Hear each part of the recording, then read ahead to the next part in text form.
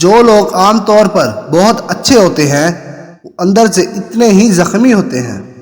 جو لوگ دیر تک جاگتے ہیں وہ زیادہ تخلیقی ذہین اور زندگی کے فیصلے میں بہتر ہوتے ہیں۔ جو لوگ بہت جلدی آپ کے ساتھ دوستی کرنے میں کامیاب ہو جاتے ہیں وہ اکثر آپ کو دھوکہ دیتے ہیں۔ جو شخص آپ کو خوش رکھنے کی کوشش کرتا ہے وہ اکثر تنہا رہ جاتا ہے۔ جو بچے جلدی بولنا شروع کر دیتے ہیں ان کی یادداشت بہت مضبوط ہوتی ہے۔ جب آپ مسکراتے ہیں تو آپ کی توانائی کئی گنا زیادہ بڑھ جاتی ہے۔ جب کوئی آپ کا نام پکارے اور آپ فوراً جواب دیں یا سن لیں تو یہ صحت مند دماغ کی علامت ہے۔ جب آپ کسی سے ہاتھ ملاتے ہیں تو اگر وہ شخص آپ کا ہاتھ فوراً نہیں چھوڑتا تو سمجھ لیجئے کہ آپ بہت پر اعتماد شخص سے مل رہے ہیں۔ جن لوگوں کی سونگھنے کی حس بہت اچھی اور تیز ہوتی ہے ان کا دماغ بھی بہت تیز ہوتا ہے۔ آپ کا سفر بہت ہلکا اور آسان ہو جائے گا اگر آپ اپنے ماضی کو اپنے ساتھ نہیں رکھیں گے۔ آپ عادتاً جو سوچتے ہیں ظاہراً وہی بنتے ہیں۔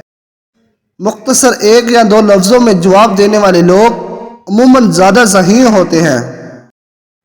رونے والے لوگ اکثر نہ رونے والے لوگوں سے زیادہ مضبوط ہوتے ہیں۔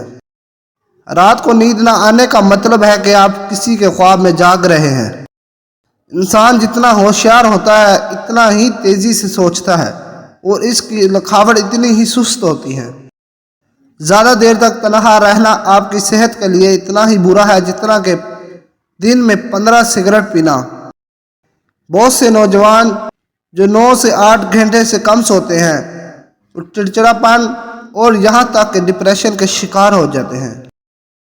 اپنے آپ سے بات کرنے سے آپ کا موڈ بہتر ہو سکتا ہے، آپ کی ذہانت میں اور خود اعتمادی میں اضافہ ہو سکتا ہے۔ جب آپ کا کوئی جاننے والا آپ کو نیند میں نظر آتا ہے تو اس کا مطلب ہے کہ اس شخص نے سونے سے پہلے آپ کے بارے میں سوچا ہوگا۔ اگر آپ بیٹھے بیٹھے ہاتھ پاؤں ہلاتے ہیں تو آپ ذہنی انتشار کا شکار ہیں۔ اگر ٹانگیں پیٹ کے ساتھ چمٹا کر سونا آپ کی عادت ہے تو آپ بچپن سے خوف اور عدم توجہ کا شکار ہیں۔ اگر آپ ناک میں انگلی ڈالنے کی عادی ہیں تو آپ کسی نفسیاتی الجھن کا شکار ہیں۔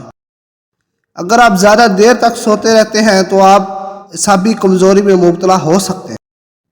جو لوگ بہتر مشورہ دیتے ہیں وہ عام طور پر سب سے زیادہ مسائل کا شکار ہوتے ہیں۔